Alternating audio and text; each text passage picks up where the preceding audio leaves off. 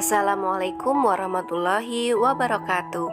Hari ini kita belajar tema 1, muatan PPKN, mengenai penerapan nilai-nilai Pancasila. Nilai-nilai yang terkandung dalam sila pertama ketuhanan yang Maha Esa, yaitu percaya dan takwa kepada Tuhan yang Maha Esa sesuai dengan agama dan kepercayaan masing-masing. Yang kedua, hormat menghormati serta bekerja sama antar pemeluk agama dan kepercayaan yang berbeda-beda. Selanjutnya, saling hidup rukun dengan pemeluk agama dan kepercayaan yang berbeda, serta tidak memaksakan suatu agama atau kepercayaannya kepada orang lain. Nilai-nilai yang terkandung dalam sila kedua kemanusiaan yang adil dan beradab. 1. Persamaan derajat dan menghargai hak asasi manusia atau disingkat dengan HAM. Yang kedua, solidaritas setia kawan antar sesama manusia. Yang ketiga, pengakuan terhadap adanya harkat dan martabat manusia. Yang keempat, menjunjung tinggi nilai kemanusiaan dan harus mendapat perlakuan adil terhadap sesama manusia. Yang kelima, mengembangkan sikap tenggang rasa agar tidak berbuat semena-mena terhadap orang lain. Muatan selanjutnya yaitu bahasa Indonesia tentang menentukan ide pokok. Ide pokok atau ide utama biasa disebut juga dengan gagasan pokok atau gagasan utama, adalah sebuah topik yang akan dibahas dalam suatu paragraf. Sebuah paragraf yang baik memiliki ide pokok yang ada di dalam kalimat utama dan beberapa kalimat penjelas. Ide pokok berfungsi sebagai topik pembahasan, sedangkan kalimat penjelas berfungsi untuk menjelaskan topik tersebut.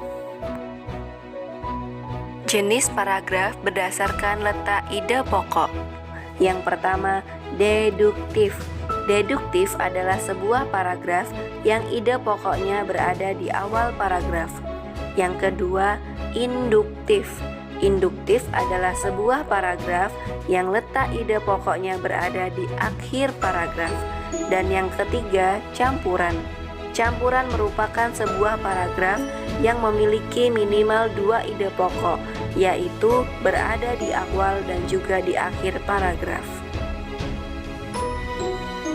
Cara menentukan ide pokok sebuah paragraf. Yang pertama, membaca dengan saksama. Ini adalah cara yang paling sederhana, hanya perlu waktu dan sedikit konsentrasi untuk melakukannya. Dengan cara ini, kamu sudah dapat menentukan mana ide pokok dan mana kalimat penjelas. Yang kedua, pisahkan kalimat utama dan kalimat penjelas. Ciri-ciri kalimat penjelas yaitu kalimatnya berisi contoh, bukti, atau rincian khusus. Setelah dipisahkan, maka kamu akan mendapatkan sebuah ide pokok yang berbentuk kalimat utama. Yang ketiga, menyimpulkan sebuah paragraf. Ide pokok dapat menentukan sebuah simpulan dari paragraf. Oleh karena itu, dengan membaca sebuah paragraf dan kemudian menyimpulkannya, maka kamu akan mendapatkan sebuah ide pokok. Muatan selanjutnya yaitu SPDP mengenai seni patung Nusantara. Patung Nusantara adalah seni membuat patung yang berasal dari Indonesia. Beberapa bahan yang bisa digunakan untuk membuat patung Nusantara antara lain tanah liat, batu, semen, dan plastisin. Patung dari tanah liat banyak diproduksi di Kasongan, Yogyakarta. Keterampilan yang dibutuhkan untuk membuat patung dari tanah liat. Yang pertama, pemilihan bahan baku yang akan digunakan. Yang kedua, ide atau kreativitas kita dalam membuat patung. Yang ketiga, kemampuan dalam memadukan warna agar patung terlihat menarik. Cara membuat patung dari tanah liat. Yang pertama, gunakan teknik cetak, tekan, dan ukir. Yang kedua, pilih tanah liat yang bersifat plastis atau mudah dibentuk, jangan terlalu lembek. Yang ketiga, pada tahap akhir pembuatan, patung harus dicat agar lebih menarik. Fungsi-fungsi seni patung. Yang pertama, patung sebagai monumen. Patung yang berfungsi sebagai monumen berguna untuk mengenang tokoh yang berjasa seperti pahlawan atau untuk memperingati momen bersejarah. Yang kedua, patung sebagai dekorasi.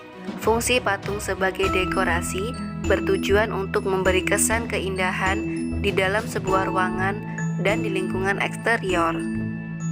Yang ketiga, patung sebagai kerajinan. Patung sebagai kerajinan dirancang untuk memenuhi kebutuhan pasar dan menghasilkan nilai jual untuk berbagai kebutuhan. Yang keempat, patung sebagai arsitektur. Patung yang berfungsi untuk menunjang dan melengkapi sebuah konstruksi bangunan yang dirancang menggunakan desain arsitektur sehingga tercipta suasana harmonis dan lebih hidup. Yang kelima, patung sebagai seni atau fine art. Patung yang berfungsi untuk kepentingan estetik atau keindahan dan juga bisa menjadi eksperimental dari bentuknya. Eksperimental adalah uji coba. Yang terakhir, fungsi patung sebagai religi. Patung yang berfungsi untuk memenuhi unsur kepercayaan dan makna yang religius, serta digunakan juga sebagai sarana untuk beribadah. Patung sebagai religi ini tidak serta-merta digunakan oleh semua agama, terutama agama Islam, karena agama Islam sangat-sangat melarang penyembahan berhala, karena Tuhan dalam agama Islam hanyalah satu, yaitu Allah Subhanahu wa Ta'ala. Sekian materi hari ini. Terima kasih. Assalamualaikum warahmatullahi wabarakatuh. Tetap semangat belajar di rumah.